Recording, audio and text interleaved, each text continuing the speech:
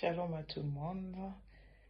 Vous n'êtes pas encore marié, vous êtes à votre endroit pour les fiancés, les célibataires, tous ceux qui envisagent de se mettre en couple et pour les mariés.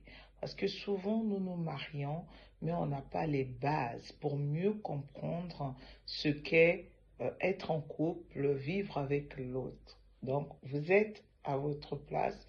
Si vous n'êtes pas encore abonné, abonnez-vous pour que vous ne ratez pas nos vidéos de conseils.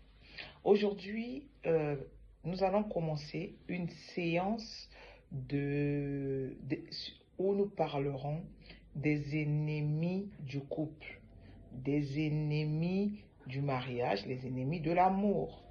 Voilà, aujourd'hui nous parlerons de deux ennemis du couple. Le premier ennemi que nous allons parler aujourd'hui, c'est le manque de communication. Bien aimé, vous savez, le manque de communication, aujourd'hui, c'est la chose qui éloigne beaucoup de couples, qui détruit beaucoup de mariages. Pour les fiancés, souvent, comme vous n'êtes pas encore dans la même maison, cela va se manifester par les non-dits, c'est-à-dire la peur de dire les choses pour ne pas peut-être que l'autre t'abandonne, la peur de dire les choses. Non, il ne faut pas avoir peur de parler à l'être aimé. Peu importe le sujet, on devrait tout se dire avec vérité et sincérité. On doit tout se dire. Et aussi, souvent, concernant les sujets sensibles, l'argent, toutes ces choses, la vision, comment tu vois la vie, souvent, quand on n'est pas encore ensemble, on a peur. Si je commence à parler d'argent, qu'est-ce qu'il va penser? Qu'est-ce qu'il va se dire? Non, c'est des choses qu'il faut savoir. La communication, c'est juste de savoir communiquer. Vous savez, tu peux dire quelque chose de dur à une personne qui est très nerveuse, sans pour autant que la personne s'énerve, parce que tu sais le dire. Tu peux aussi dire quelque chose de très bien à une personne qui est très gentille, mais ça l'énerve. Donc, ce qui revient à dire que dans la communication, il faut savoir dire les choses et choisir le bon moment pour dire les choses. Vous savez, quand dans les fiançailles, on n'arrive pas à se dire les choses, c'est pas dans la maison. Ne dis pas, quand on sera ensemble, je dirai non. Ça commence et ça continue. Et souvent, le manque de communication dans le mariage, dans le couple, les gens, vous pouvez les voir, ça se crée souvent, ce manque de communication, par le silence. J'ai pas envie de parler. Je suis fatiguée. Ou quand on parle, c'est pour sortir des paroles dures, des paroles blessantes, des paroles humiliantes envers l'être aimé, envers la personne qu'on dit aimer. Ça, c'est pas de la communication. C'est soit quand on communique, c'est pour des reproches.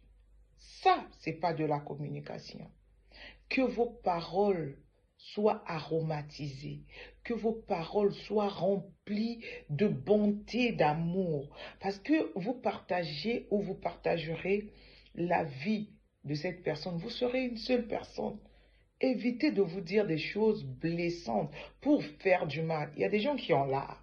C'est-à-dire quand il parle à sa femme, c'est pour blesser sa femme. Quand elle parle à son mari, c'est pour blesser son mari. N'ayez pas des langues de vipère, des langues blessantes, mais au contraire, soyez cette femme, cet homme. Quand tu ouvres la bouche, ton partenaire, ta partenaire a envie d'écouter ce que tu vas lui dire, même quand c'est des reproches, parce que tu sais le dire. Secondo, les destructeurs de l'amour, du mariage, des fiançailles, tout ce que vous voulez, c'est aussi l'égoïsme. Il y en a plusieurs, nous allons le voir en plusieurs semaines. Donc, il y a aussi l'égoïsme. L'égoïsme, en fait, c'est le moi. Quand tu n'arrives pas à vivre pour l'autre, tu ne vois pas l'intérêt de l'autre.